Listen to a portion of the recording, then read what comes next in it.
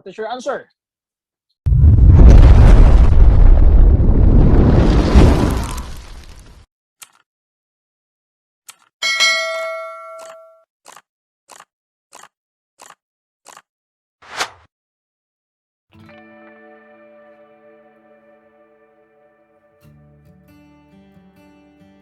What is your answer?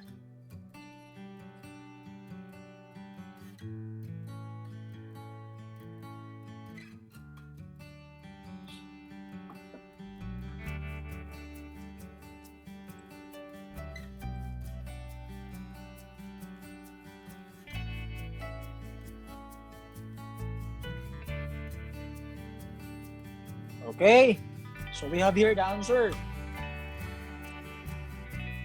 Ang keywords po natin, ito.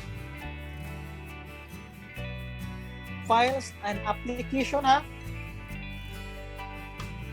Do not be so excited when answering questions in the board exam. Okay? Keywords po natin, files and application for probation. Okay? So, it is called as the petitioner. Okay? Petitioner is the applicant. If that application is granted by the court, he will be called as probationer. Meaning, matatawag po ang isang applicant na probationer if there is what we call probation order. Pag may probation order po, meaning approve na po yung kanyang application. Okay? The probation officer is the person who shall supervise the probationer. Okay?